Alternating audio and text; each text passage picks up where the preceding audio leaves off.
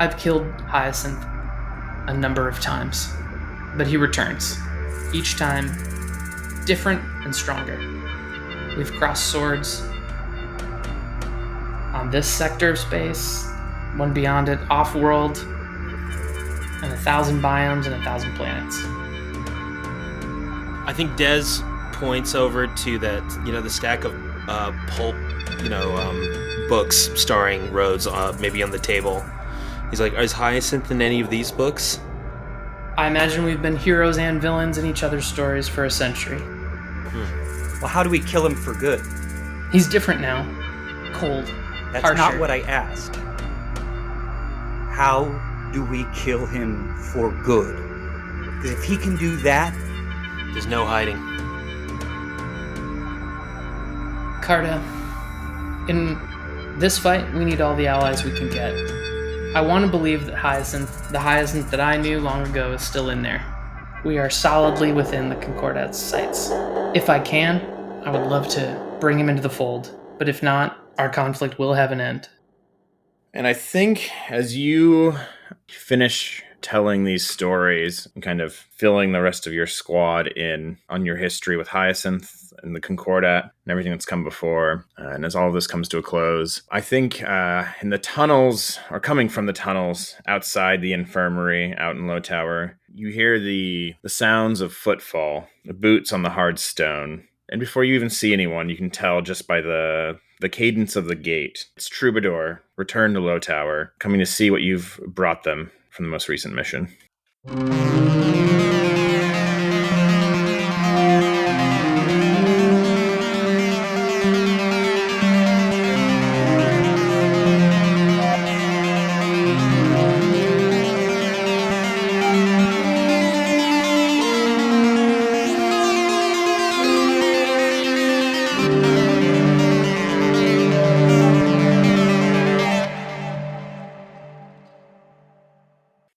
Howdy, and welcome to Risky Standard, an actual play podcast featuring a rowdy group of best friends playing tabletop role-playing games together. I am your host and GM, Mitch Broesder. You can find me on Twitter at MagnesiumB. You can find the show on Twitter at Standard Risky. If you're interested in coming to talk about the show or see the incredible custom Magic the Gathering cards I just created for the show's main characters, come find our Discord, link in the show notes. With me today, I've got Pete Loftus. Yes, I'm Pete. Our listener choice holotable contest rages on. If you have a great idea for a cool name for a holotable, hit us up in the Discord. You can also find me on Twitter, which I use pretty infrequently, at Chip Enjoyer. We have Malcolm Hall here tonight. Hello. Cool. That's it. That's the intro. And Timothy Mans is here with us. What's up? I just got word back from Wizards of the Coast. You are allowed to print these cards out and use them, as long as they are on regulation cardstock. These are tournament legal cards. They are allowed. If you're listening to this in March 2025, we're looking forward to the Risky Standard expansion. That'll be on Magic the Gathering Unlimited for a monthly fee of your choice. Decide how you pay. Decide what you pay for these cards. Now, Wizards of It's the flexible. Coast, if I remember correctly, is a famously non-litigious company, correct? They're Correct. super cool about it, yeah. They're like right up there with Games Workshop. They don't really care. They're super chill, right? And today we are returning to our ongoing campaign of Beam Saber by Austin Ramsey. As always, you can find Beam Saber over on Austin's itch.io page. It's a great game. We're having a lot of fun playing it. We are jumping right back in today after our brief diversion to return to the normal flow of the campaign, which for this session is going to be another downtime session. Not to belabor it, because we've done a couple of these at this point, but downtime is, the time that our characters get to pursue their own personal projects. They get to recover and recuperate from the injuries and the wear and tear they have sustained during the previous missions. And so we're gonna run through that today and see how these characters are faring after their encounter at the Lost Crown Casino and the unexpected interruption of the Diadem Royale. So any questions before we kind of dive into stuff, guys? No. Who won the Diadem Royale? Oh, that's a great. I mean, I think probably no one gets crowned a winner. Unfortunately, I think this is up there with acts of God in terms of insurance payouts and stuff like that. Was there a monetary reward for the win? Monetary reward, you get like a cool custom mech, probably. Yeah, so before we kind of dive right back into the fiction and kind of your reunion with Troubadour and the handing over of the personal network device, I think we can kind of maybe start out with just kind of roll through the mechanical after effects of the mission and kind of get ourselves set up that way, and then we'll dive right into the story proper. Does that sound good? Yeah. So the first thing that we have to do is your supply roll for the mission, which represents the kind of like a reinforcement of your supplies that your patron faction gives you as a kind of reward for completing your mission, and is the thing that you will use, to fund your extra activities and your boosts during downtime. And so based on the tier of the squad that you were targeting in this mission, it's going to come out to be the highest of 2d6 plus always 1 personnel and 1 materiel as a bonus for the faction that you are fighting for, the ring. Somebody want to hit us with 2d6? We can see how many supply points we have going into this downtime. Sure. Rolling. 2 4s. Spider eyes? Is that what that would be? Yeah, I think that's spider eyes. I think we said that before. Yeah. So that comes out to 4 supply points plus a personnel and a material to round you out to 6 altogether going into the session. So we can mark that on the sheet, and that will be like available for you guys, to enable you to take extra downtime actions or to improve the results on the downtime actions that you do take going into things. And I'm not going to go through the full suite of like bookkeeping questions. I think there's like a lot of that we can do off camera and handle. I do want to look at really quickly your drives and see if anyone feels like they worked towards their drive during last session. And if so, we will take a segment on that drive clock, which is the thing that you can spend to kind of change the fictional circumstances of the world. And you can spend those to eventually accomplish your drive by either changing the life circumstances of a person or a squad or a faction, depending on how many you spend. And it's also, I think, probably just good to revisit everyone, really quickly and go through like what their drive is. Yeah, my drive is to understand the true nature of the redshift. Yeah, and do you feel like we worked towards that last time? Yeah. And then, we mark a segment on the drive clock, and you just basically, as we go forward, anytime during a mission you do something new working towards completing that drive, you'll get another tick in this clock. Malcolm, Desmond, what's your drive? To get my revenge on the Belfry boys. And do you think you worked on that last time? Yes. Yeah, I think so. You were kind of investigating these like symbols of the one-eyed bat. Potentially at detriment to the progress of the mission at one point. I'd say for sure take a segment in that. And lastly, young Carta. Yeah, I think so, just because we are getting the personal network device of a Grenfield employee. Having access to information like that only is going to provide me access to information that's going to help me fulfill the drive, which is to find the people who killed my parents and take them out. And as we know, those people were affiliated or associated with Grenfield. Right. Yeah, that makes a lot of sense to me. So why don't you knock that up as well and make a mark there.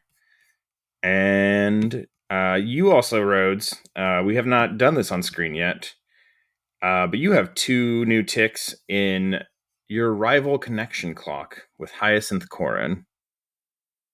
Oh, 2, huh? Yeah, so anytime you suffer a consequence from a rival during a mission, you tick a segment in your connection clock with that rival.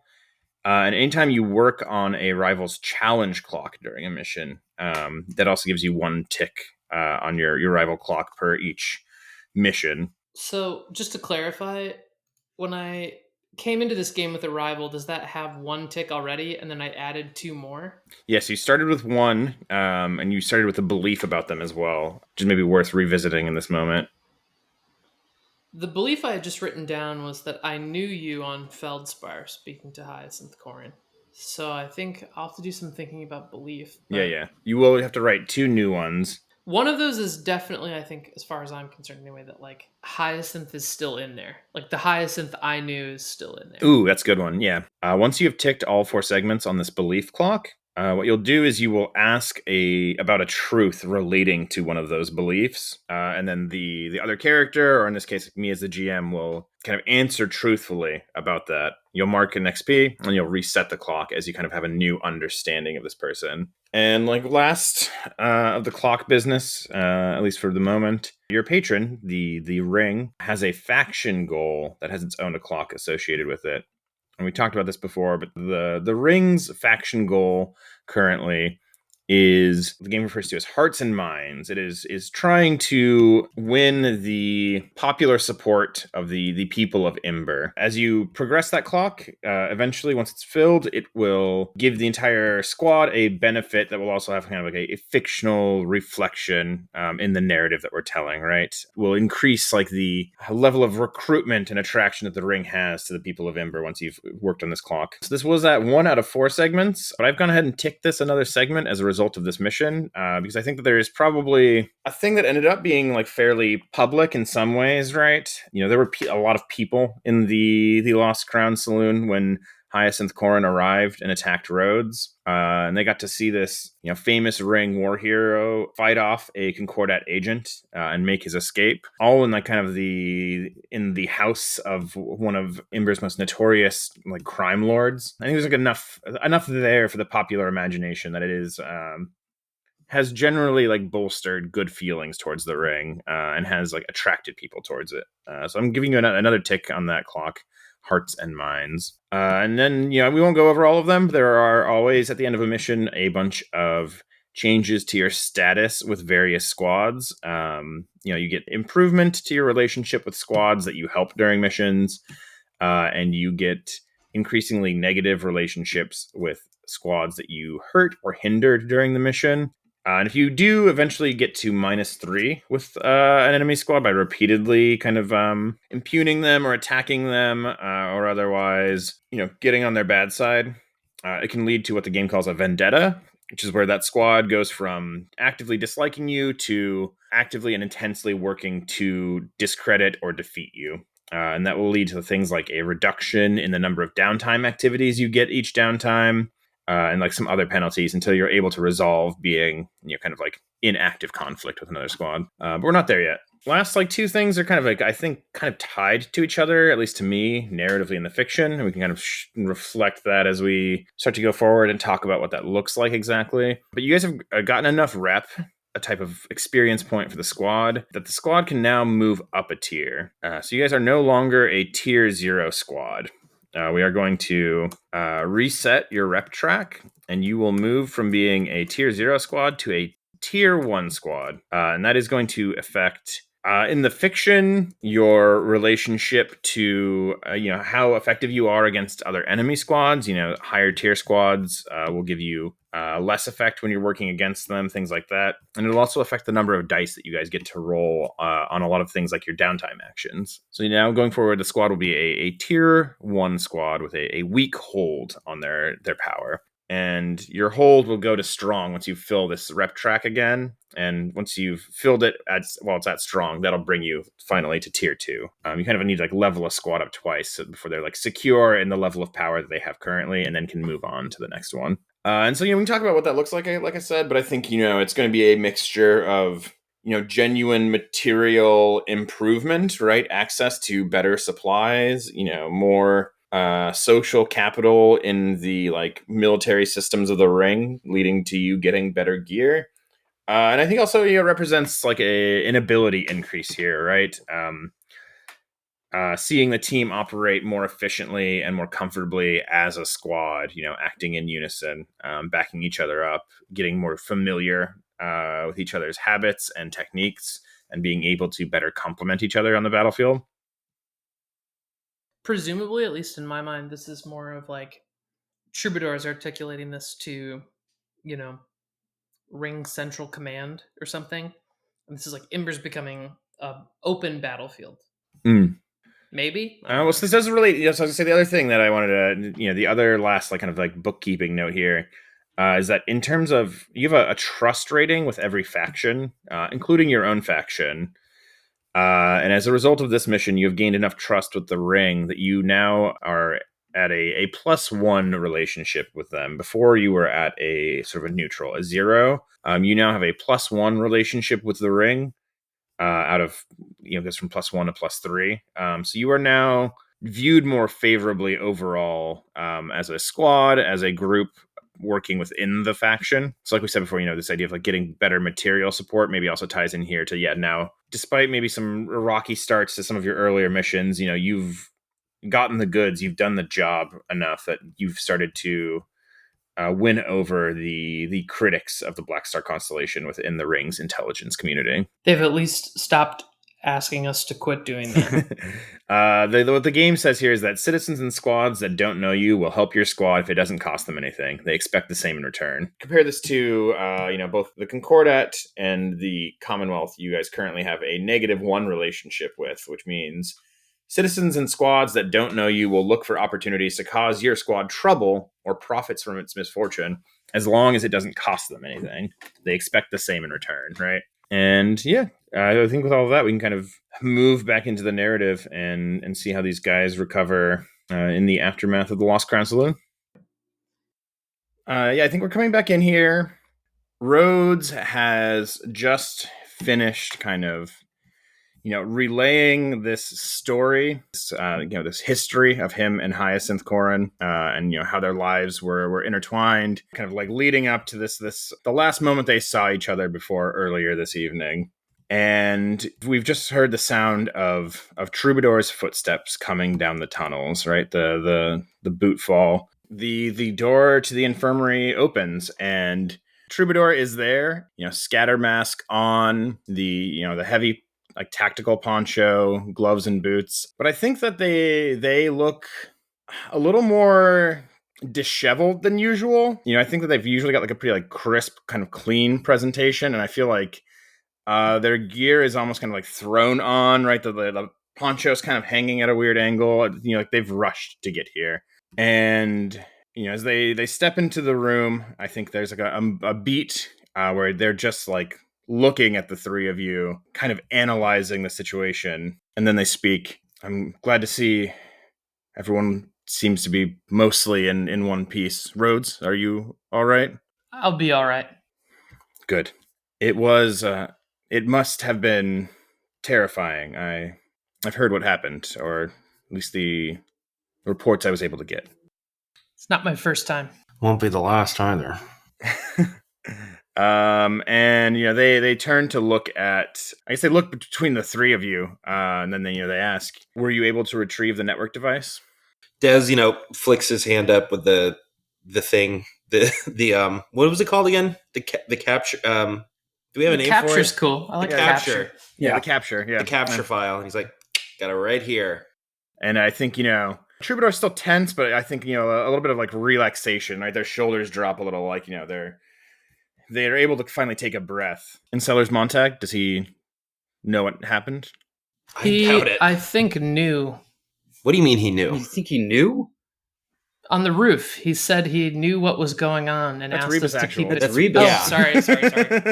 Yeah, I don't up. think Shut Sellers up, knew. Rhodes. I got beat up pretty bad, so chalking that one up to being enervated.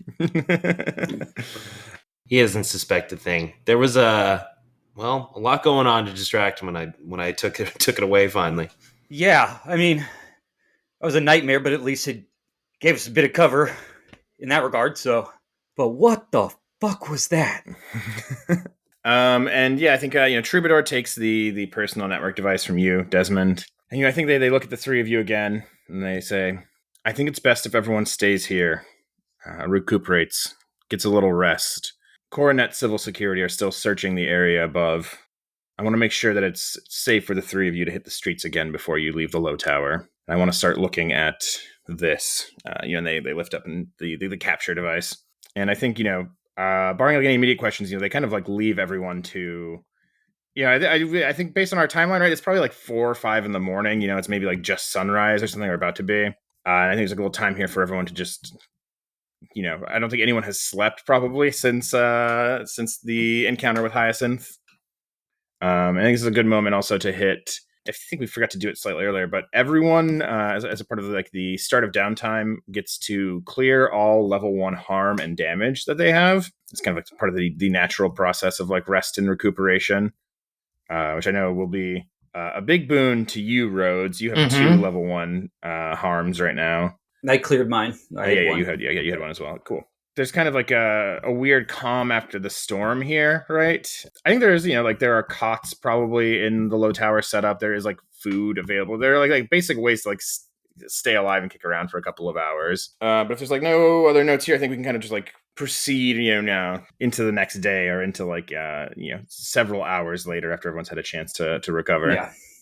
And so, it's probably like 8 or 9 hours later, right? Troubadour emerges from the part of the low tower they've been working in, and I think they are accompanied this time by the attendant of the apparatus, Seldom Rowe, who we met previously, who's the kind of like the big visor attachment, and who is helping you decrypt the personal network device and hopefully Harlow Shellspade's data cache as well. And I think this is back right in like the briefing room around the hollow table.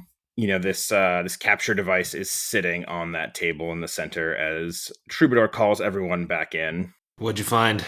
I think Troubadour looks kind of heavily at you for a moment, Desmond. And they look down. I think like the capture device, right, is like sitting on this briefing table. They look at that. They look back at you again. And then they kind of straighten their shoulders. I think Troubadour is like, they've got the mask on. They've got all this gear on. But I think just like in body language, you can tell they've just been up this entire time working on cracking this thing. They look kind of tired. We have Shellspade's location. We were able to pick it out pretty quickly, looking through all of Montag's files. He's currently being held at a former Commonwealth mining facility that has been decommissioned and converted into a secret Grenfield base of operations. It's not on any of their books. Held privately, kept away from the attention of any other forces within the Commonwealth. And then they look back at you one more time, Desmond. Our records indicate that security at the Grenfield base, Installation Indigo, they call it, is currently being supplied by an outside contractor. I think I know what you're about to say. It's the Marked Band, the mercenary unit you met on your first mission. Well, color me surprised. Shellspade is being held there while he's interrogated and forced to continue work on his previous research. We need to recover Shellspade, and more importantly, his biometric data, as quickly as possible. The longer we wait, the greater the chance that they move him or decide that his continued existence is no longer useful to the company's well-being. We're going to continue sifting through the data haul we got off of Montag's network device, begin preparing a mission dossier. I need all of you to rest, to recuperate, and to get ready. I'd like to move on this as soon as we're able. How much longer is it going to take to decode? A few days at least. We'll want to double check all of the data and begin assembling a dossier on this base of operations, Installation Indigo. I don't want you going in blind. It's just as dangerous as waiting too long. As soon as possible. I want to see everything that was on there. I think Troubadour looks at you and glances to Seldom Rowe, who I think is just kind of sitting quietly off to the side. And Troubadour continues, the attendant here, Seldom, will be working more closely with us for the indefinite future, while she works on accessing the information on this network device and then eventually decrypting Shellspade's data cache. She'll be putting together all of the data from the network device and making it available to us as soon as she can. And I am going to, at least for this downtime and kind of maybe the next few, depending on how these things play out, I'm going to give you guys a temporary cohort here, which is Seldom Rowe, the attendant of the apparatus. Okay, cool. Basically, as long as she's here in the base, I think she is like I said, a temporary cohort, which is worth, we haven't really dealt with cohorts yet, so it's worth kind of talking about them. Cohorts in Beam Saber kind of represent NPCs who directly work for or with your team.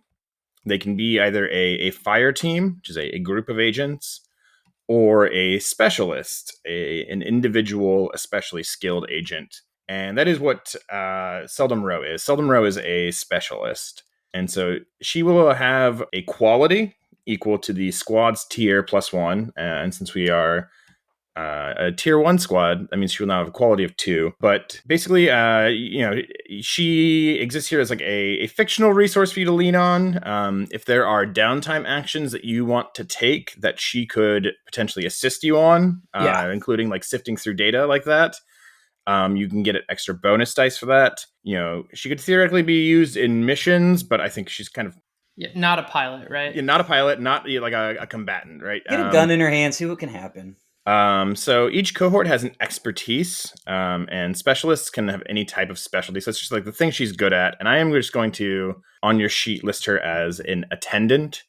She's an attendant of the apparatus, which means she is like an expert in advanced machinery and like data operations. And each cohort, whether they're a fire team or a specialist, also gets the game calls edges, kind of things about them that are like bonuses or like kind of like good noteworthy aspects. And they also get flaws. And so as a cohort, Seldom Row is her edge is that she's independent. She is able to make good decisions and take action without direct orders. Her flaw is that she has obligation. She's not always available due to other responsibilities, illness, etc. In this case, obviously, her obligation is to the strange machine intelligence that powers the ring's logistical networks. Literally, her flaw is, I work too hard. Yeah. But yeah, so she will, is here for you as a cohort going forward. But Troubadour, looks to you, Carta, and says, I guess I looks to all of you and says, the information that you recovered is going to be a great boon to the ring. You should all know that. It's not just the work that we're doing right now, which is important work, but the things that we found on Montag's network device, the things we're finding, they will assist countless squads just beyond ourselves, give us real leverage for dealing with Grenfield going forward. You did good work. Well, I'm glad that we did good work this time. First time for everything. And I think, Troubadour, like I said, looks tired, and I think says as much, I have other responsibilities. I can't stay in the low tower much longer. Keep your ears open. The call will come out soon, and as soon as it's ready, I want us to be able to move on the Shell Spade case. It's important that we move with speed and surety. Works for me. And I think, Seldom Row gets up and retrieves right the network device and kind of like heads off into the low tower. I think she has been set up with like a workshop here inside low tower, one of the many like disused rooms off of one of the tunnels. And so kind of from here, I kind of want to, the floor over to you guys. I think this is another downtime session. There is, we didn't cover it before. There is an entanglement waiting in the wings. I rolled that last time. We didn't talk about what it is yet. I'm happy to share it now, or I can also just show up when it shows up. Drop it on you, yeah. Otherwise, the floor is kind of over to you guys. Each of you have 3 downtime actions. I know, just based from where we left things off last time, most people in this squad are pretty high on stress. I know that's probably a priority. And we have some like downtime project or some long-term projects we wanted to work on too. But does anyone know where they want to like kind of open up with? Maybe want to jump in first? I mean, I guess like as we see, Troubadour exiting, Seldom Row kind of going off to her workshop space. As Troubadour kind of told us all to get some rest, I think Carta's going to go lie in his cot and try to get some sleep. But I think it is sleep that's not going to come. It is a sleep that is troubled by so many questions. First off, just what he saw, trying to wrap his brain around it, and combined with wanting to know what's on that device so bad because it's just such a part of like his core, and knowing that Troubadour wants to get on it fast. So I think he kind of rolls over in the cot and looks down, maybe like whatever, the hallway or over into the space, and sees Seldom, I don't know, tinkering over it or pulling up the screens, whatever this workbench looks like, and trots on over to just be like, so what are you actually doing? Yeah. So I think, it's like down one of these tunnels, right? I think, maybe it's like light spilling out of the room is the thing that gives it away of like where her workshop has been set up at. Because I think as Carta like kind of comes into the doorway of this like workshop she set up, I think this workshop has probably been set up over the last several days, right? Like while you all were preparing for the Lost Crown Saloon, this is like what Troubadour and Seldom were doing. So yeah, she's at like a work table, right, covered in like scattered, half disassembled like electronics and tools. I imagine she's got some kind of like big CRT monitor computer device in front of her, right? And there are like black cables running from it to the capture device on the table. But this entire room is lit. On the walls, I imagine that there are like dozens of monitors, right? Mm-hmm. Different screens from different devices that have been mounted on the wall here, right? Like some of them are like control panels from vehicles. Some are like display screens. But so I think the whole room is kind of bathed in like the kind of like gray blue light of these screens on kind of like dead static. And the floor of the room is covered in black cables, right? The cables of the apparatus, like snakes running over everything. And I think at the very center of this room, there is something that kind of looks like a squat little obelisk or like a ziggurat, right? Mm-hmm. Covered in these like flickering black and white alternating like kinetic little flaps. I'm thinking of like the boards that you see in like old train stations, Solari boards, right? It's like, what if there's like a pyramid made of just these? Cool. And so there's this constant kind of like almost like skittering sound as these things kind of seem to shift or flutter at random, creating kind of like shifting, almost like psychedelic patterns, kind of just shuffling across the surfaces of this thing. And yeah, I think as you arrive, she kind of like looks up and, is surprised, looks up at you, right? With a dead stare of like this kind of like hard plastic visor that she wears. When I was a kid, all these cables, they actually kind of scared me. I didn't know what any of it was. I guess I'm not scared of it anymore, but I still don't know what any of it does.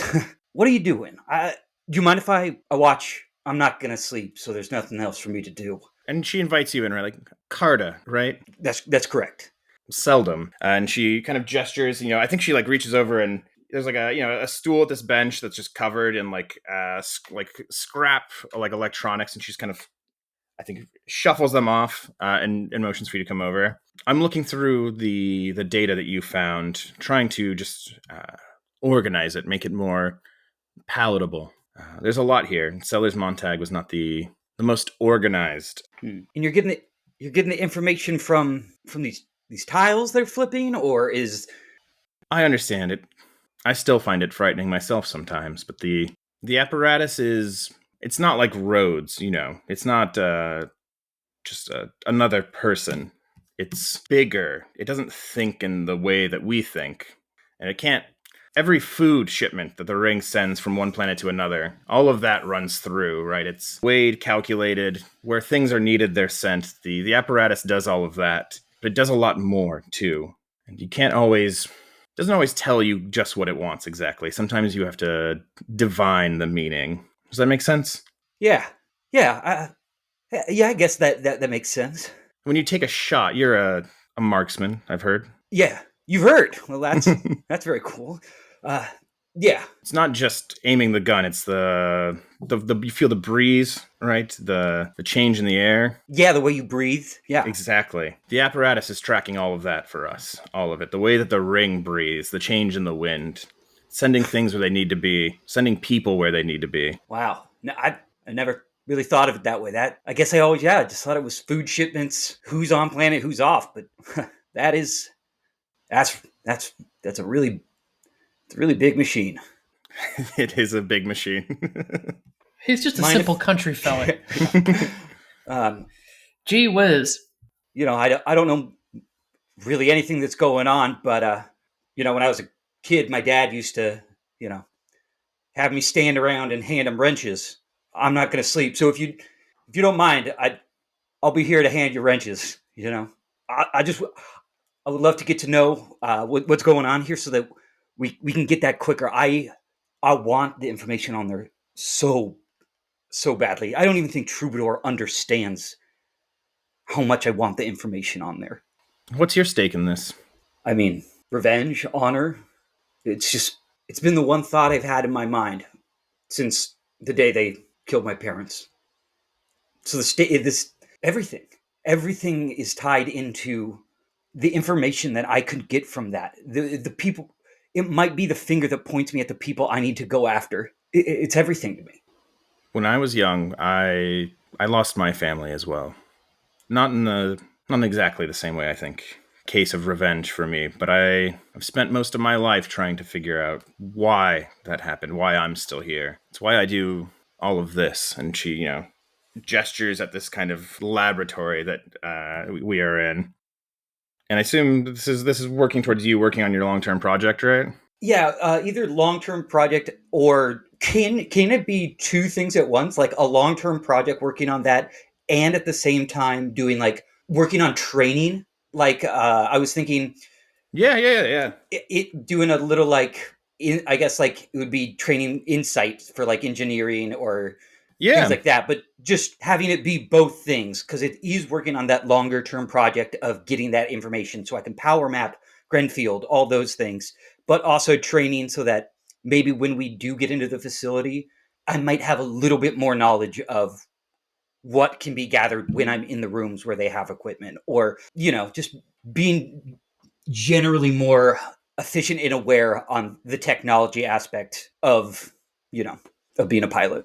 Yeah. And I think, I think Seldom, right, like pulls out like another like, data pad, right, with like a screen, like a keyboard attached, and like kind of like runs another one of these cables up from the ground that like splits and connects half into the network device, and then connects into this this data pad that she set up for you. And I think there's just so much information here. Maybe a lot of it is like just like starting to like group and categorize things and like running searches to see what's getting pulled up so that you can like then start categorizing like files and folders further. Okay. So yeah, I think this is if you want to do both of those things, that's a great way to knock out two at one.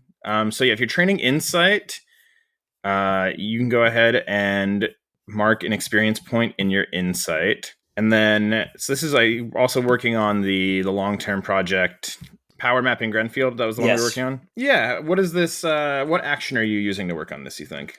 I mean, I guess it would be engineer, build or tinker with an object. You might develop a non-contagious strain of the flu, might fix a broken door. You could make an inventory program, but interface might be better. That's like the angle card is coming at it from. I think that works for me. So you start with one dice, and then because Seldom Row is assisting you here, I think you will take a second dice. So that's 2 to start. You could also spend a personnel to get an extra dice here if you wanted to. How many personnel do we have? 4 material and 3 personnel. Does anyone else need or should? I mean, I also have 2 dice going forward. I could just. You can also spend the point after the fact to increase the like. Oh, okay. Yeah. I'll just start with 2 and. Yeah. 6 and a 4. Oh shit. Okay. Yeah. So on a 6, that is 3 segments ticked, which means I believe that will fill your clock, right? That will complete this project. Woo! Wow. Wow, okay. Yeah. Well done. That's a good roll. Yeah. I feel like every other time it's been like you get 1 segment. Yeah. So. Yeah, that's 3 segments on a 6. So you have completed power mapping Grenfield. So you'll also take another tick in your drive clock.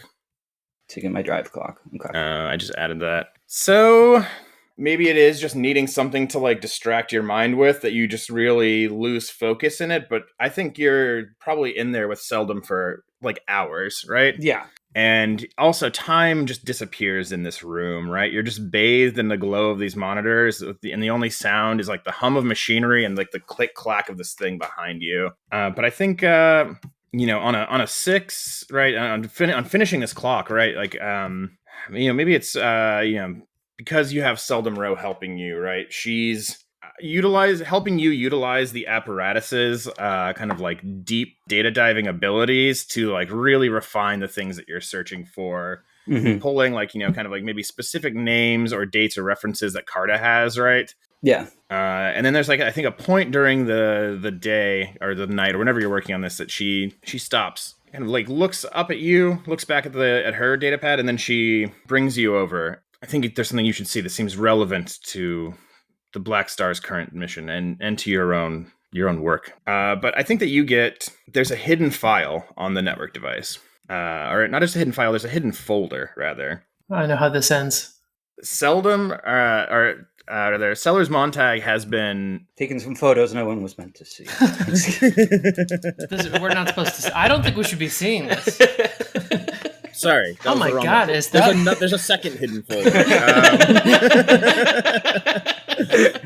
In the second hidden folder, there is the blueprints of sort of Sellers Montag's get out of Grenfield package. Right, it is a collection of like blackmail and kind of like, company secrets that he thinks are valuable enough to be able to sell to a different company. Compromat. But specifically, I think that it seems like all of this work around the orichalcum lattice, right, the research that Shellspade was working on, is all kind of under the umbrella of something that Grenfield calls the Nexus Initiative. And I think there's a few things that come clear to you really quickly is that this Nexus Initiative is kind of like the most secret thing happening at Grenfield right now. It is like very explicitly kept off the books in almost every way available to Grenfield, or otherwise made to look like kind of like, if it's not hidden, then it is made to look like just kind of like routine updating to Grenfield's orichalcum discovery algorithms. Amongst the other things I think like that are in this, you're kind of able to find like the people who are at the heart of this initiative, or the people who have like most profited over it. And I think you're also able to trace the history a little bit, right, which runs back about like the last decade or so. I think we talked about this, maybe 15 years. It lines up very closely with the death of your parents, Carta. And so I think you get a better kind of, map of like who are the people involved here, who knows about this thing, and probably some like light history. I would think that your parents' names probably show up in this, right? Mm-hmm. Because I think it shows up in that some of the earliest findings that tipped Grenfield off to the fact that there was something happening with the orichalcum on Imber beyond just like it being a planet rich with it came about from like scans and surveying that the Heshketh family was doing, right? Their operation. And the people who were directly involved in that, who were a part of like the discovery of that outside of your parents, are all people who have done very well in Grenfield over the last 10 years. And so, I think you get like a big list of names of like lower level people, different surveyors, things like that. But like, the four most important names that I think you walk away with, the people who are all kind of profiting the most off of this kind of ongoing work on this Nexus Initiative, who are most invested in it. And four names. I think you get Felicity Wintrove, an orichalcum researcher who was, I think, involved with the project very early on in recognizing the importance of what was discovered in those scans coming out of like the Heshketh operation. Mm-hmm. I think you get the name Stead Field Price, who is now one of the head surveyors for Grenfield's, like New Discoveries division, and who was kind of like the direct superior who monitored and reported the Heshketh family's findings at the time. And then two names that but that kind of like are slotted back into place here as an understanding, right? Wager Felbar, which is a name that you came across before, who is Meyer Grenfield's kind of right-hand man, his sort of like fixer within the company, personally responsible for overseeing security operations for this Nexus Initiative, and who, I think working through what Montag has also been able to piece together, is almost certainly the person who oversaw the retrieval of the data that your parents found, and likely oversaw like their killing as well. And then, the final name on this is like not a mystery at all, right? You've known it from the beginning. But it is Meyer Grenfield himself, eldest son of the Grenfield family, the one who is in charge of the company's affairs on Imber, who gave authorization on all of these orders, and who has been actively working on this project in attempt to subvert all of the other companies that are kind of in power in the Commonwealth on Imber, and raise Grenfield's own standing, and his own standing within his family as well. And so I think those are like the names of like the 4 people that like you can point to as directly being involved in like the project that was started at the cost of your own parents' lives. All right. Sucks to be Stead. So, can I ask a question? Yeah. Like, so we got a little bit of background there, and like clearly there's some other members in the Nexus. There's some big heads in the Nexus initiative that ended up in high places. What's like the Hesketh family's background? Like, I know, you grew up kind of rougher, but I think that has to do with your parents' death. But like, are they also like a noble family? Like, Hesketh's not a Grenfield No. name.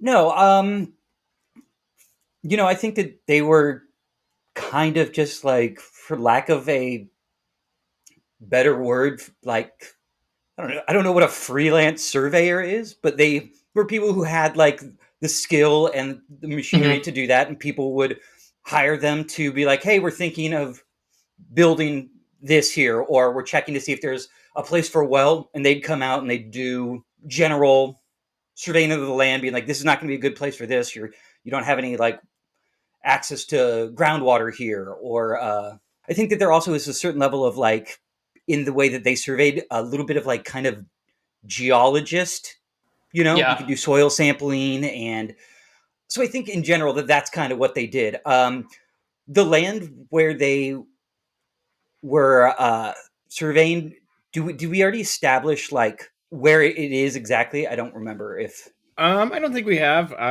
In my mind, it was probably somewhere kind of in the southeast of the basin, and kind of like they're colloquially called the Blasted Hills. They have like a different name in the Commonwealth, but it is kind of like the biggest stretch of land that is like home to the richest orichalcum veins, right? Yeah. I think also, probably something you find in like these notes, right, is that like I don't think that the Hesketh family is like the only group of people that have been silenced over the last several years, right? Yeah. Like, I think that there are other surveyors, names that show up of people who have like found evidence that was like covered up by Grenfield or incorporated into the initiative. So I like, right? There's like maybe there could be another Carta out there, probably, right? There might be a few of them in that way. I'm sure. Yeah. But yes, I mean that's like the big picture view of like what you've uncovered, right? Is like I said, names, and I think like just like a much broader sketch of like what is happening at Grenfield. What was the kind of motivating incident for like why this thing happened to your family? Mm-hmm. But if you have more specific questions, I'm like, you filled that clock. I'm down to answer whatever. I think right now the questions will come as Carta spends a bit more time researching, like really going through the data cache. I think that there's a little bit more work to be done now that these names are things that he has. But for right now, I think that is, that's a lot for him to take in, and a lot to see those 4 names like so directly listed for him. I think after he sees those names, and kind of like after all this is like, he realizes how immensely tired he is.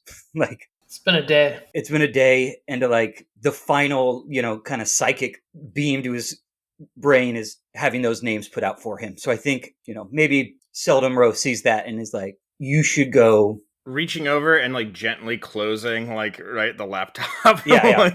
like I'm gonna get out of here. So I think that is a good... Carta just like after that, thanks Seldom Rowe, and kind of just walks back over to his cot and just like kind of... So as face first. As you get back to your cot, Dez is laying in your cot. Why are you in my cot? He looks up. He's reading one of those Send Bellwether books, and he's like, "Oh, I couldn't sleep. I was looking for you. What are you doing right now?"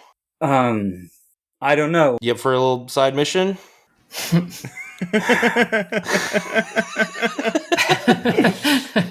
Give me 10 minutes. We all have that one homie. Give me 10 minutes. I'm okay. Yeah. we cut to, we're walking down the street, and it's maybe what time of day is it? Is it maybe like just after dark? Yeah. Does that feel right? Oh, this is the next day? The next day, yeah. we were doing that for hours. Yeah, maybe it's like just hitting dark night again. Like, just hitting night again, yeah. Carta's drinking whatever the equivalent of a Ember Red Bull. Red Triops. Red Triop. Red Yeah. Triop. Yeah. Crimson Triop. Yeah. Overwatch. Hey, thanks. TM. Thanks for helping me out with this. I just, I don't know. I was just trying to sleep, and I just remembered something that I'd forgotten years ago. I don't know. I'm gonna see if it's still there. Yeah, I'm glad to help you with this. Mm-hmm. What is this? Well, you'll see. You'll see. You know, Well, I another surprise. Yeah. I've been thinking. Why would Troubadour put two people who both want revenge on the same squad? I don't know. Why does Troubadour disappear without a trace on time? I don't know why Troubadour does anything, man. Maybe it's the apparatus, because that thing knows so much. Maybe there's something even bigger than Troubadour. But I couldn't tell you. I mean, I want to think it's because, I don't know. What is it? What is the actual connection between us? There's got to be a bigger, overarching reason for this thing. It's not just revenge. It's something else. I just don't know what it is. Well, it's coming up. Follow me. I think we pull into a sort of side street, and there's an old sort of abandoned kind of like brick building. Clearly used to be like a factory or something. And I say like, okay, here, hold open this gate while I shimmy in there. I can't hold it and get in there at the same time. I'll come back around and let you in the front door. All right. Yeah. Gate. Consider the gate held. Yeah. Well, the gate, I shimmy in there. There's sirens in the distance. Down the door, it creaks open. And you're like, hey, come in, this way. Dez is going to kill Carta. Yeah. There can only be one person who wants revenge on the team. In through the door. Okay. I think it's, yeah. Okay. Up these steps. Watch your step. They may crumble underneath your feet. And we go all the way up to like this sort of top room in this abandoned room. And we come to this door. Bell tower? This is the old hideout. Oh. Now, hold on. And we always look like this? No, well, kind of. Yeah, it actually. It didn't look much we live better. in a tunnel underground. I guess I can't say much. Here, can you give me a hand? There's like a secret loft up here. Do you need me to lift you? Yeah, or... just give me a leg up. All right. And I'm crawling around in this loft area, and I find this brick, and I sort of pull the brick open, and behind the brick, there's like a little cigar box. And I take the cigar box out, and I open it up, and inside there's like a picture of like the Belfry Boys, like from, when we were like first started, Yeah, cool gang photo. Yeah. The cool gang photo, right? It's in sepia for some reason. Mm-hmm. Yeah. Well, we can only do tintypes on Ember. Exactly. Yeah. I fold it up and put it in my pocket, and also in there is like a little like Zippo. Like really crudely is carved in it. It says Dez. Oh, nice. Nice. And I grab that and I come back down and I look a little disappointed. What's up? Yeah, it wasn't there. I'll ask, what was not there? Yeah, don't worry about it. Here, I have this. And I toss you the Zippo. All right. Well, apparently I'm not in a worried mood tonight. Does it work? Does it? I don't know. The liquid's probably dried out, but try it. Flick it. Give it a flick. Flick. Yeah, see, it's sparking. Is this for me or? Yeah, have it. I'm trying to fucking bond with you right now, man. Jesus Christ. You are the hardest person to bond with sometimes. I wanted to say I'm sorry, too. Sorry for what, man? I don't know. I maybe questioned a couple of the things you did in the last mission, and you were right, and I'm sorry. And we did that shit, man. Rhodes got to showboat, and I had a pretty good time too. Yeah, he didn't get any drinks out of it. Yeah. No, man, those moments are tense. We're thinking on our feet, and what matters at the end of the day is that we got it. We fucking got it. That information right now is being processed. In days, we're going to have it. Not only do we get it, we got out of there with both of our heads. Like, it doesn't matter how it happened, is that it did, man. Hell yeah. And you made it happen. That's on you. I can talk a big game and I can distract somebody, but at the end of the day, you did that, man. Thanks for the lighter. Yeah, you're welcome. I'll buy the cigars. And let's roll. Is that... Do you want that to be... Is that like a cut loose here? Yeah. Yeah. Yeah, it could be us actually going to get cigars and filling Yeah, the we lighter should up get with cigars. Yeah, refilling the Zippo that Mm-hmm. Cardi keeps in a very special pocket. Maybe inside one of his Bandolier. Yeah. Yeah, I like that. Do we want to collapse? Are you going to cut loose here? Do you want to both kind of make this the one for both of you? We could do that. Yeah. Yeah. Let's call this a dual cut loose. Yeah. So you're both going to roll dice equal to the number of ticks in your connection clock with the pilot joining you. And so I think you both have 2 with each other. Yeah. Yeah. So you're both going to roll 2d6 and then reduce stress by the highest result. Okay. And you're both also going to get a new tick in your connection clocks with each other, which will put you both at 3. Mm-hmm. Which means that next mission, it will take 3 stress for either of you to assist the other. Oh, boy. But you'll be able to give each other 3 benefits. Mm-hmm.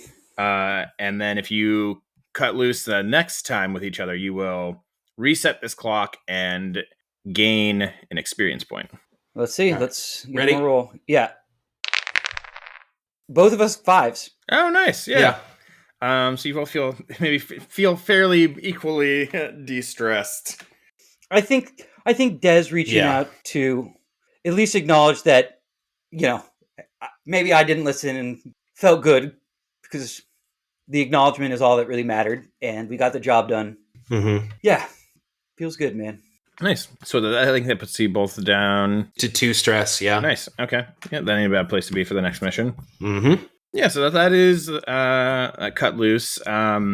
That's all of Carda's normally a lot of downtime actions. You can always spend more supply points to take more downtime actions if there's anything else you wanted to accomplish, Carda. But yeah, does anyone want to, do you have anything, Rhodes? You want to jump in with one? Yeah, maybe we can flip back. I think Rhodes has been more or less kind of I don't think he's left the infirmary ward here. And I think that's probably both because of the harm he's working to resolve right now, but I think he's also I know just I guess carrying on a theme, unable to sleep, right? I think restless, having these kind of every time he's kind of shutting down or closing his eyes, I think images of Feldspar flashing before him or flashing back to Hyacinth and all these different kind of clashes, and I think ultimately that train of thought leads to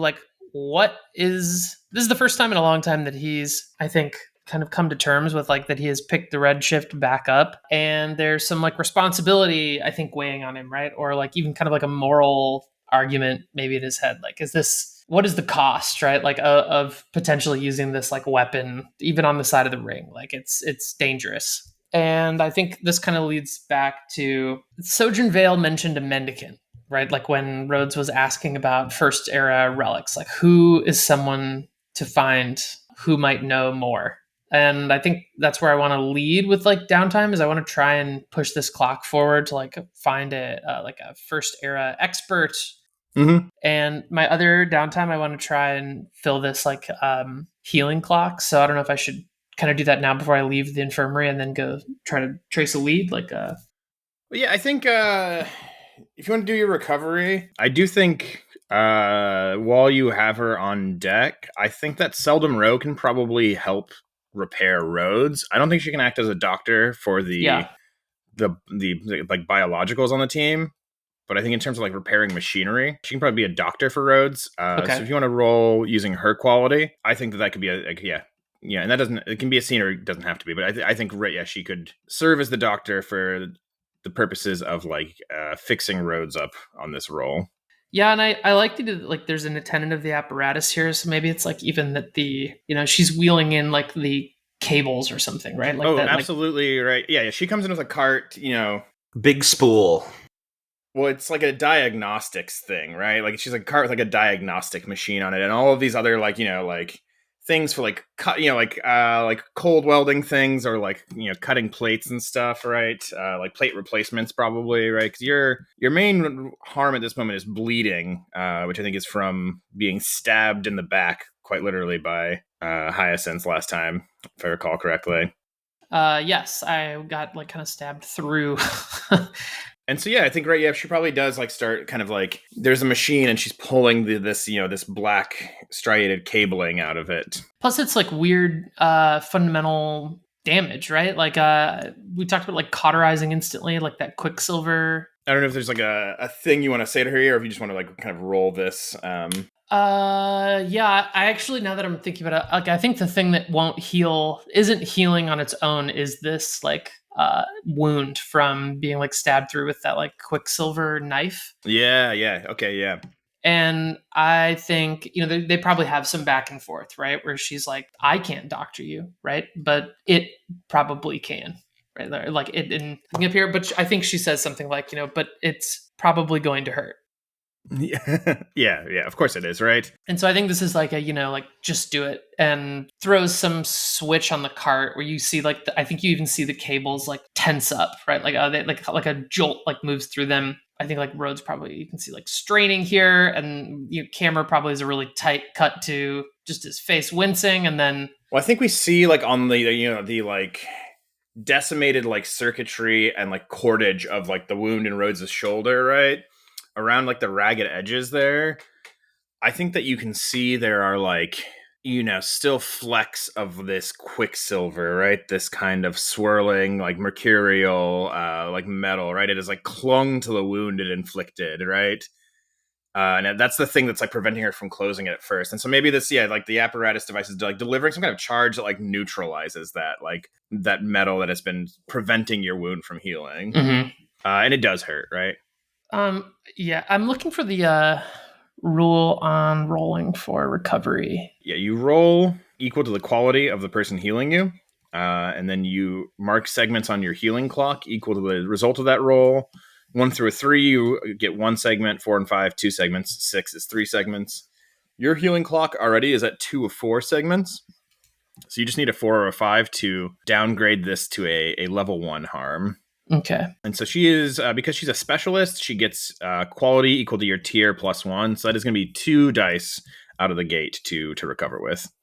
I think that's plenty. Yeah, you can always spend supply points after the fact to like increase your roll. Yeah, I only need 2. So I'm going to roll 2d6. It's a 5 and a 3. Yeah, 5. So that will fill your healing clock, and we will take away bleeding, and it'll downgrade to... what's like the lingering effect here from all of this? I think there's like maybe like the Quicksilver interference or something, right? Like or I like Quicksilver interference. Your systems are like still not. Oh, you know what it is, right? I think this is actually going to affect some of your abilities. Like, and instead of this being like a wound that's going to give you less effect on physical actions. I think like there's a moment when she like is working on this, Rhodes is having these dreams of Hyacinth, of the Redshift, of Feldspar and Orcus 5. And I think there's a moment when she's working on you, when in the corner of the room, it's Hyacinth standing there in the corner. But it's not the Hyacinth that you fought in the Lost Crown Saloon, right? It's Hyacinth from Feldspar standing in the corner of the room watching you. And then the next moment he's not there, right? It is just kind of like brief vision that you've received. But so I think when it comes to things like studying or surveying, Rhodes' perceptions are maybe like a little unreliable. Yeah, and I think that like tracks this idea that I'm talking with. There's like I think Rhodes is just kind of feeling haunted by the past here, and I think he's like, well, like at some point later, like coming to here, I think probably like pulls himself up out of bed. I think he'd probably ask Seldom Row, right? Like, I have one more favor to ask of you.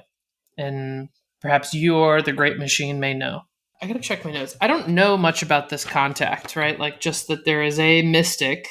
So what we know from the tick that you have on the segment so far, there is a what is called sometimes a mendicant, which is like a former Concordat thaumaturge who has become an apostate or a heretic. He has left the Concordat and become kind of a reclusive mystic. And so there's this guy, his name's Abel Selkirk, is the name that Sojourn Vale gave you back when you were amongst the Drovers.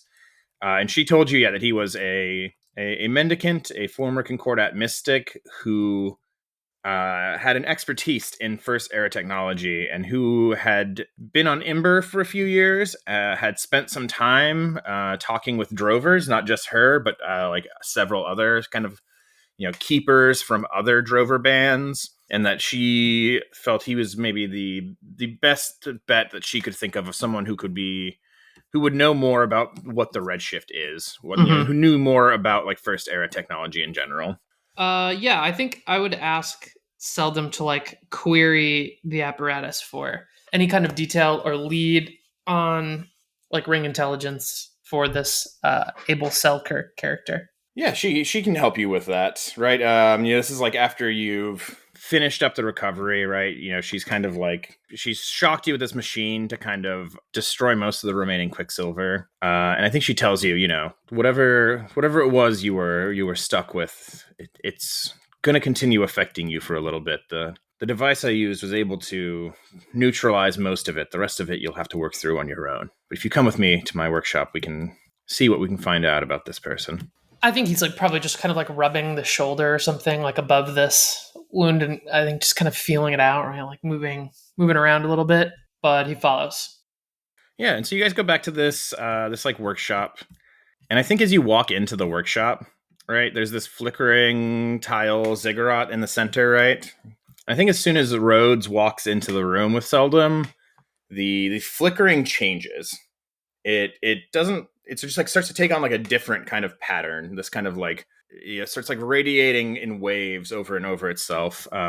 Just kind of like it's not spelling anything out. You don't make a shape out in it, but it's just the pattern distinctly changes as Rose walks into the room with Seldom. And as I think you're kind of hidden there, and she's starting to like pull out, right, like one of the many data pads scattered across the room. I think she looks at you and says, "I think it finds you interesting." It's just doing this all the time? Always. What is it doing?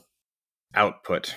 It's information. I used to think that I could divine meaning from the flow, the change of the shape. There are many amongst my order who still try, but I think Rhodes kind of like tries reaching out or something. Like you can see these waves kind of emanating. It's like in the tile. It's like the flickering, right? Like the pattern on the board has changed basically. Right? Like before it was just kind of like random shuddering. Now it's kind of doing these almost like waves across its surface over and over. Oh, and I guess he'd like hesitate, like pull back or something, right? I was just curious if it was like reacting to him. I mean, it definitely happened as soon as you came into the room, right? Yeah, I was going to just say like, why me? And I think she says, I think it's because you're like this place. Imber? Yes. I don't understand. A ghost. Haunted. Unfinished.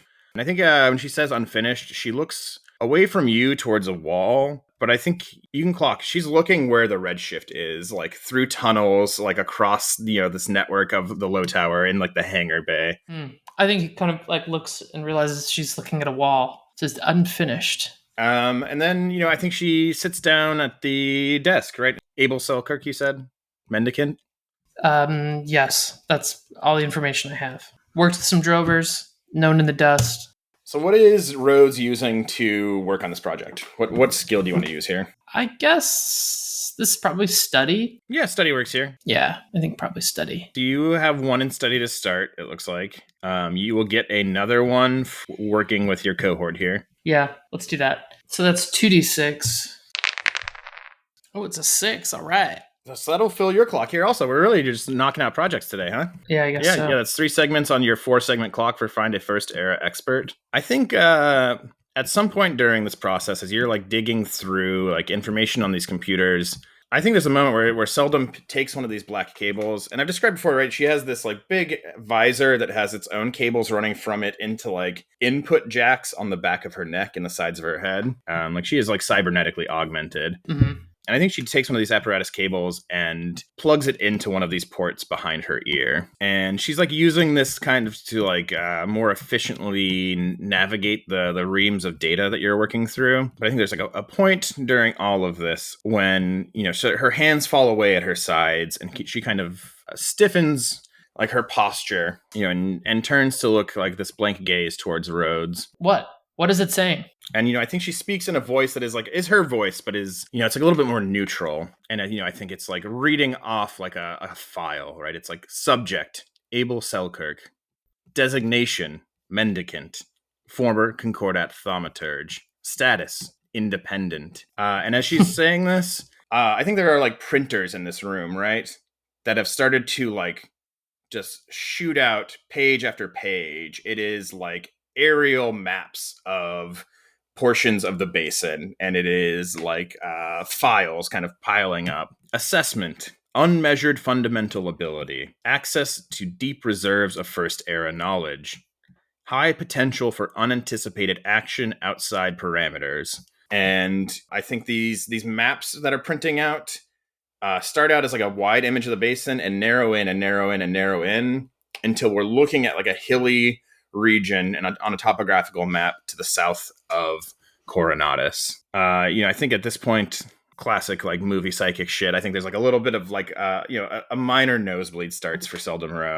Is he just coming from the bottom of the visor? Yeah. I think the visor's like right above the bridge of her nose, so I think I can see her nose. But yeah, right. And I think that's like shortly after that she unplugs and her posture slackens a little bit again. She's like fully there again, and yeah, you have like just this large pile of printouts of like maps and more information. But I think you get the kind of the basics here. As we've already like learned. But I think a little bit more specifically right here, Abel Selkirk is a former thaumaturge of the Concordat, a high-ranking one, right? Like, seems to have come from like the core worlds of the Concordat originally, and at some point in the last century, denounced the Myriad Way and became a wandering mystic. I think you get like an encyclopedic summary right here that the mendicants here. The mendicants were once a reclusive religious order of Concordat apostates, long since hunt down and eliminated, right? Abel Selkirk has taken up the name, but like the old order is gone. We've got contact reports with Selkirk from drovers, but also from other attendants of the apparatus. He has spoken to attendants before. He has spoken to ring scientists, right? He has been talking to people on Imber for, the last several years. Primarily people who seem to have like an interest in the fundament or in the ecology of Imber. That seems to be like the area of focus he has been spending his time on. And then, you've got this map that kind of like describes a small region in the south of Coronatus where it is like kind of like, I think rumored or like, reports seem to point towards like some kind of encampment where Abel Selkirk has been conducting his research. Probably we also get right like black and white, like a really grainy like photo copy of like a picture of him. What's he look? Yeah, an older man. My face cast here is like Donald Sutherland. Yep. But especially Donald Sutherland in Pride and Prejudice when he's got this long hair. Okay, I like it. Wow, Yeah. That's not what I was expecting, but cool. I mean, from Sutherland, not from Selkirk. But yeah, so this older man, right? Like just for the listener who has not looked it up yet, Donald Sutherland, great actor in his elder years, especially in Pride and Prejudice here, like white hair. And so yeah, I think with this Rhodes, you have all of the information that you need to track down Abel Selkirk, to find him outside of Coronatus and where his camp is located. Same thing I said to Carter earlier. If you have like specific questions about him that like could be answered theoretically by this, like I'm happy to answer them now.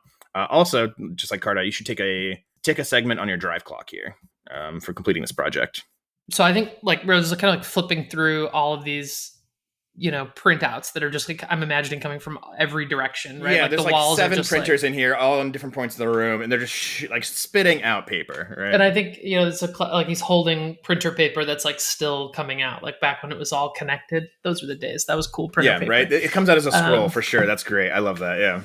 And he's like looking through, thaumaturge, core worlds, communication ring scientist. Why would the Concordat let him live? And I think, right, I think like looking through the information, it's not a matter of letting. He is, to this day, still a wanted person, right? He is a fugitive of the Concordat as much as Rhodes is or any other, like apostate. Probably more to be learned there. The other thing I say, just like off the top of the dome, looking at my own notes here, the timeline also throws. He's been in operation for at least 100 years. I think you've got like a century worth of sightings here. Interesting. Only on Imber for like the last 5 or 6, maybe a little bit longer. But reports of his activities, go back.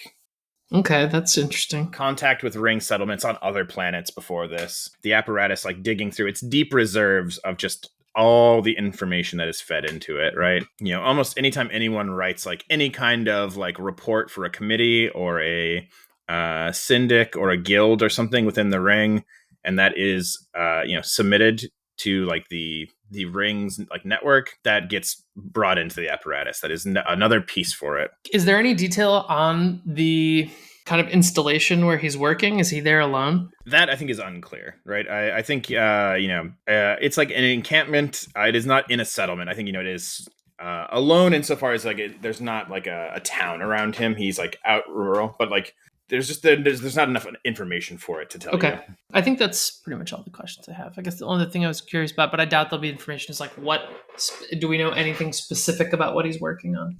Like I said, I think you get like a broad picture here, right? He's talking to drovers. He is talking to like ring scientists and especially like ring ecologists who have been on Imber. Like the longer, the better. Probably like unconfirmed reports of him also talking to people at the University of Coronatus, right? The academy there. UCor. So I think the two things that jump out to you is like, what is he looking at on Imber? It is like something to do with like Imber's own, like the state of Imber's ecology. And then also, like kind of like experts in, fundamental mechanics, I think is like probably the other thing. So it leaves us, you still have 1 downtime left, Rhodes, and Desmond, you still have 2 downtime actions left, I believe. Do you know what your next one is, Des? Yeah, I'm going to try and find some info on the Night Flyer Society. Yeah, that's the group whose pins you saw on some Chiropteran gangster at the Lost Crown Saloon, right? Yes. It was the sigil of a one-eyed bat on a moon, the symbol that he was wearing. Mm-hmm. And we know, I think we say this before, but the former leader of the Belfry Boys, sometimes called the One-Eyed Bat. Yeah, how do you want to work on that? What does that look like? This is starting a new long-term project, right? Because we don't have one of these already. Yeah, we finished the Butte the Brute Halloran intel. Yeah, I think this is also probably a 4-segment clock. Okay. Because you're just kind of getting like your initial pass of like intel about like what the Night Flyer Society is. Mm-hmm. So I'll just call this Night Flyer Society intel. Yeah. So how does Desmond want to work on this clock? What does that look like here? Well, I misread one of the assets we have, or one of the squad upgrades, and I thought that the Loyal Bar upgrade can get a 1D to gather information, but that's only about the current or upcoming mission. Yes. So I don't really have anything else planned other than I will just go to work and see if anybody's talking about it there, or if I can ask somebody who may know. Yeah, I think that still like applies. Even if we're not getting like the mechanical bonus here, you work at the 6th moon. We've established the 6th moon is kind of like a ring bar where you get people probably coming in, from all over Coronatus, like, different, I imagine this is maybe, because this is a thing that can give you bonuses to gathering information, right? Probably there are other like kind of like ring spies meeting here and stuff, right? Sure. Yeah. So yeah, I think you can kind of get a nice cross section of like people going down to the spy bar. Yeah. Where all the spies hang out. Yeah. Is this kind of like mentioning it while you're bartending and like... Or maybe there's somebody who comes in. Maybe there's another chiropteran who comes in who might know something about this. Yeah. Give me 1 second. I know. Actually, I think I have a name here. Yeah, there's a woman, Eleanor Fade, who I think is a member of another ring squad, actually. Ooh. And she would know because she goes all over the basin because she is a member of the Threaded Needle, who are a ring squad that handle like smuggling and getting things like supplies to squads who need them behind enemy lines, smuggling things in and out of places, stuff like that. And so she's been all over the basin. She's been in places controlled by the Commonwealth. She's probably even had to sneak into like Concordat territories at certain points. Older chiropteran woman, I imagine, like a trucker, right? Like she's wearing like grease-stained clothes.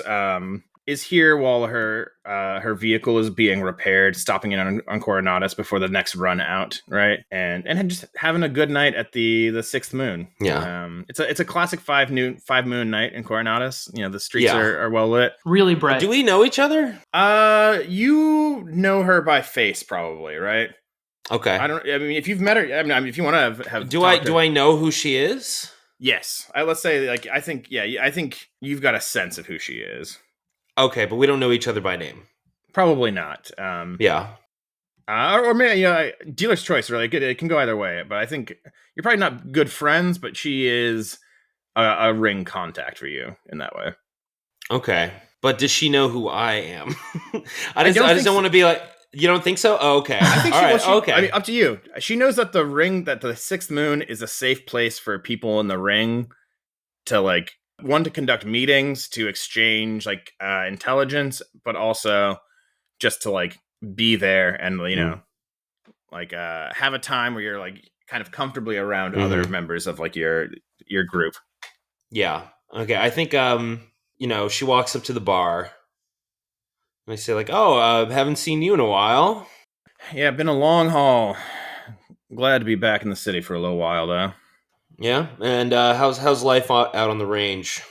Getting a little more hectic every day. Things getting hot again out there. Strange country. Yeah. Do I know you from somewhere other than here? You've probably eaten food I brought your way. Depending on what kind of life you're living outside of here, you might have shot a gun I brought your way. Do you know my friend Troubadour? A blank expression. I think that doesn't hit for her. Okay. Well, never mind. Wheel around, toss to the drinks. Said, you get out to New Ravallo anytime recently? Not as often as I used to, but out that way still.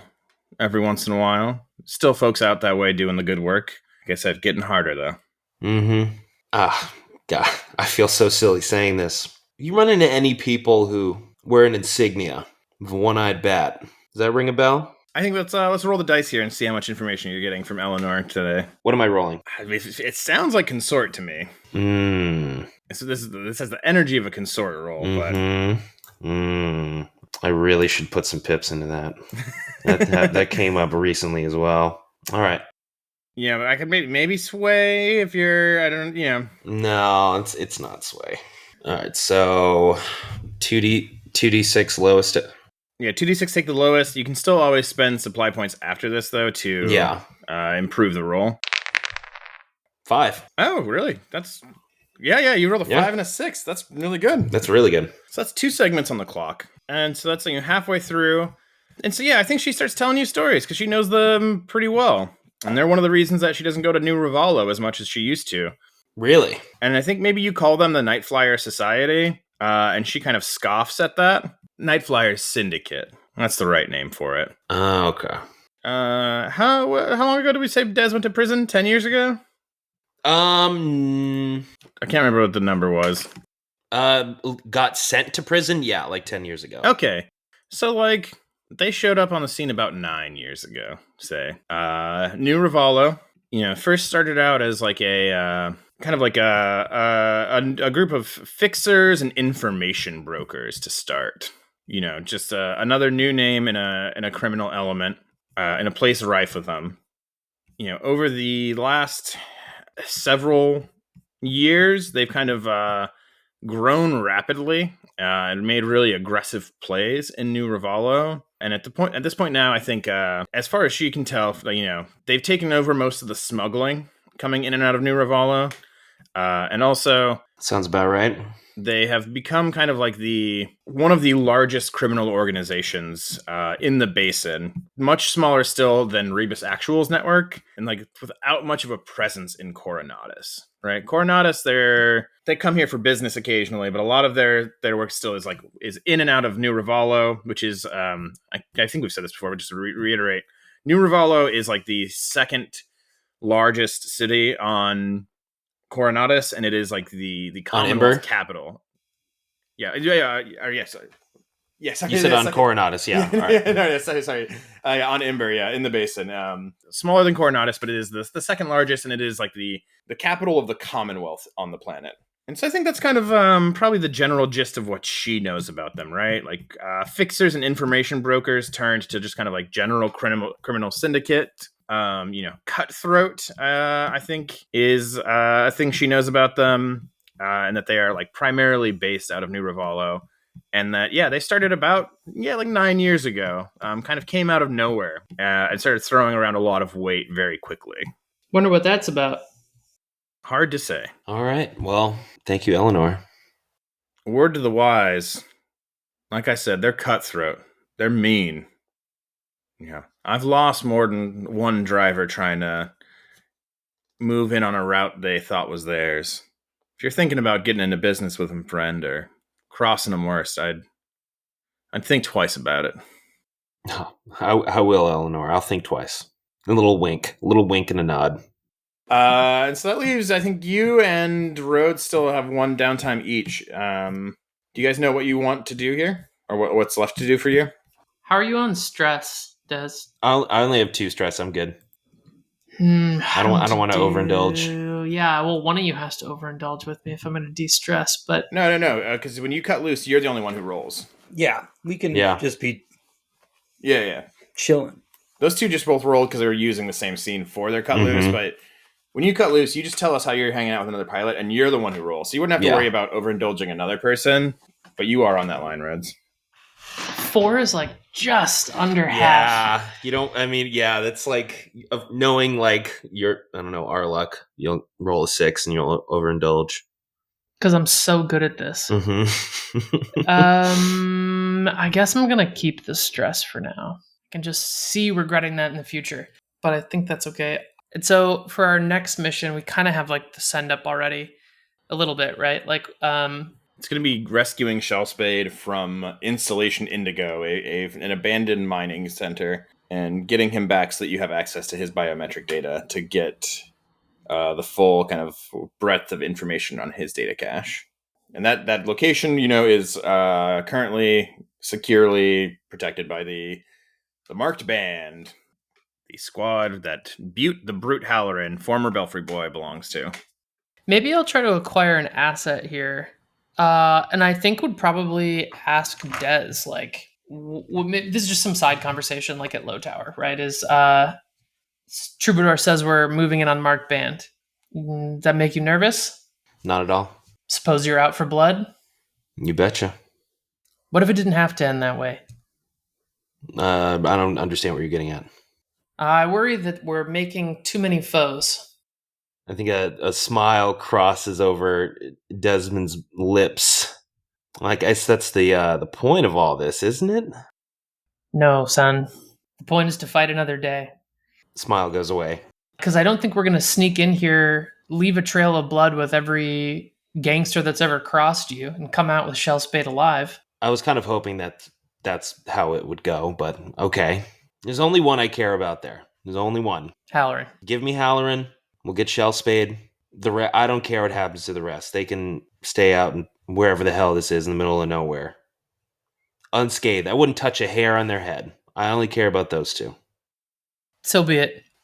I'm going to train prowess. Sure. So because you guys have advanced prowess training from your squad, you get 2 XP in prowess instead of a single XP here. Oh, do I have another downtime action, or did I? Yeah, use you all- do. You do also. All right. Well, I will train prowess as well then. All right. Are you two training together somehow? Is there a way we can like Yeah, absolutely. get a it doesn't have to be a scene, but just an image here of like how are you two training? Sure. We go right from this conversation of like, just give me Butte. Like that he's, the one I'm calling at. And it's like, well, last time we saw Butte, he swept 3 of us aside with almost a single hand and put a knife between 2 of my ribs. He won't this time. Prove it. As we kind of Oh, you guys are fist fighting. Yeah. Can it be like practicing like knife combat? Yeah, that's like what I was thinking. Yeah, right? right? Is like Love that image. Fuck yeah, so I think Rhodes draws from the belt or something. Actually, it's probably that cool drover like ceremonial knife. Yeah, right? Like that dagger. yeah. The drover Chris knife or whatever. Yeah, not a Chris knife. It's Super not. Oh, I'm different. sorry. It's Not not a like Chris that. knife. Not like that at all. It's its totally cool own original knife. Oh, I even said this earlier that I made it very clear that the drovers are not the Fremen. Yeah. Not Fremen. Frank They're not Herbert's even team. similar, really. Yeah. But I guess Legally- now that you say that, yeah. So I think like that's right from prove it, right? Like into kind of like a cool like we're doing the stops and blocks. Yeah. And yeah, we like kind of train close quarters bladed combat for a minute. I like that. So there's all the downtime actions. I just remembered that you have an entanglement. So I think this happens at the bar. And maybe this is after your conversation with Eleanor Fade. I think Desmond. Maybe the same day. It doesn't have to be, but it's around this, right? Someone else comes into the bar. And this is like a young Lectorian woman who I think has dyed green hair in kind of like a chopped like rough mullet, probably like big nose ring. I imagine like wearing like overalls, like real A real SJW walks in a bar. I was thinking like Oogle, honestly, like kind of like train kid. Oh, right? okay. All right. Yeah. The opposite. And I think she has on like the bib of the overalls, she has like a patch, right? That has the symbol of like a hand facing down, palm up, with like a clean black circle in the center of the palm, a ring symbol. And this woman, I think, like approaches the bar and settles up, and like once I think she kind of like takes like the corner of a bar where it's like quieter, there's no one else around her, and when you finally come to serve her, I think she says, she doesn't order a drink. I think she's kind of like a little, maybe not nervous, but like she almost looks like, I think, angry. As nervous as she is, she looks angry, and I think she's like, someone told me that I could get a message to someone else here.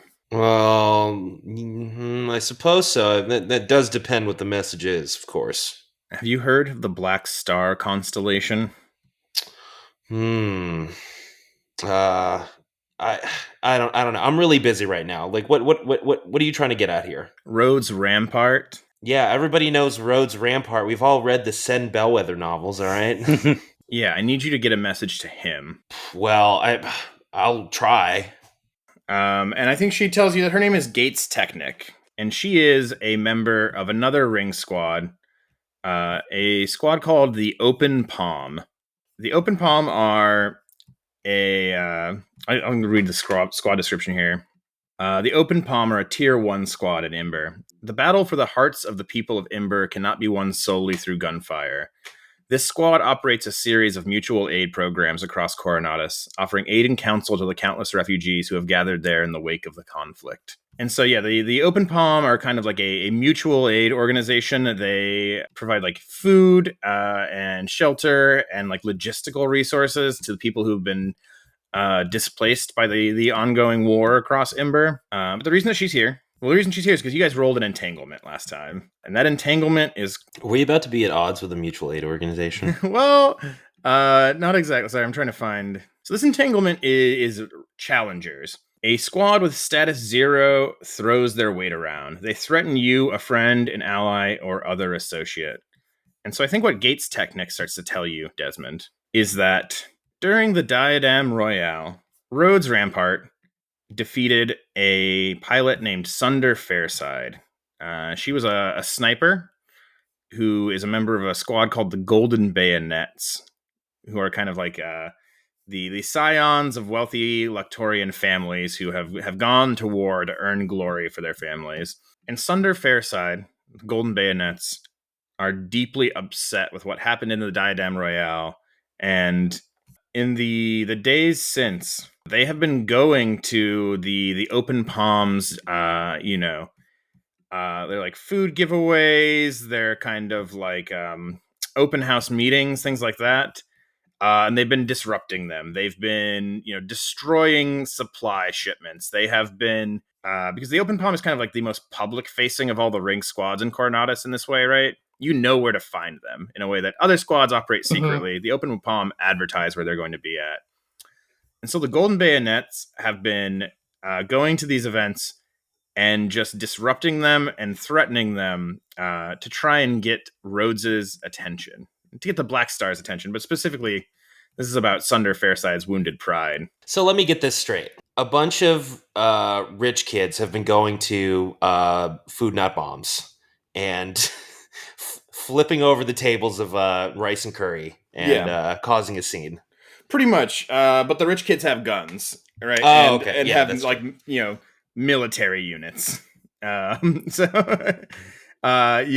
But yeah, that is the long and short of it. So challengers, like I said, a squad with status 0. You have a status 0 with the Golden Bayonets at the moment. But you have to forfeit 1 rep or 1 personnel per tier of the rival, or stand up to them and lose 1 status with them.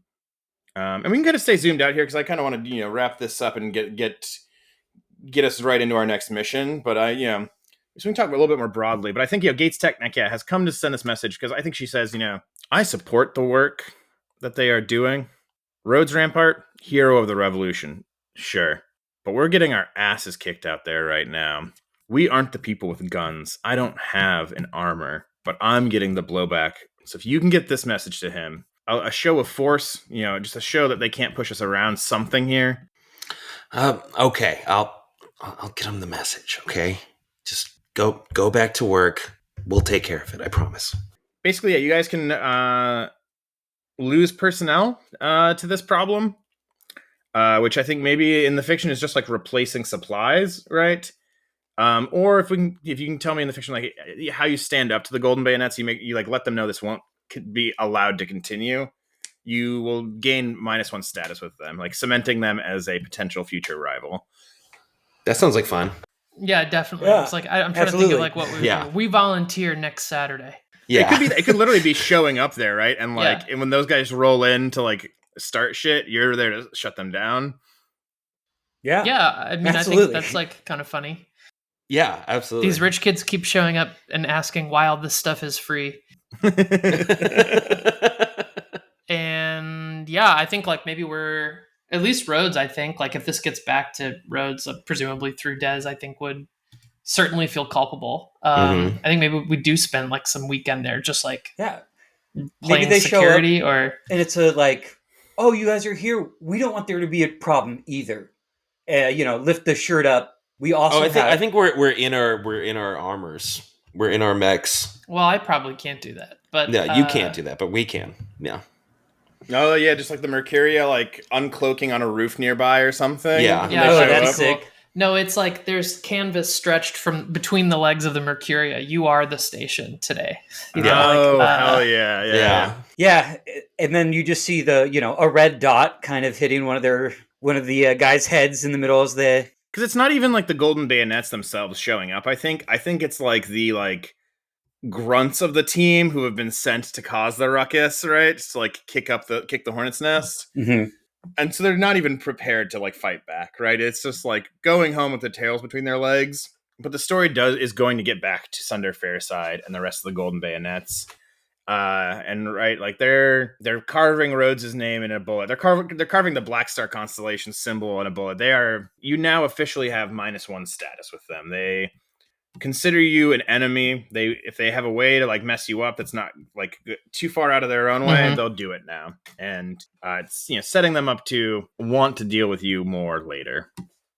And now, do we have a +1 with the open palm? Yeah, that makes sense to me, right? That's not Yeah. in the thing, but yeah, I think for showing up, absolutely, yeah. They can bring all the sports cars they want. Mhm. Yeah, well, I mean, they do have the best sharpshooter in all of Imber, so. Well, Didn't manage to hit me. well, okay.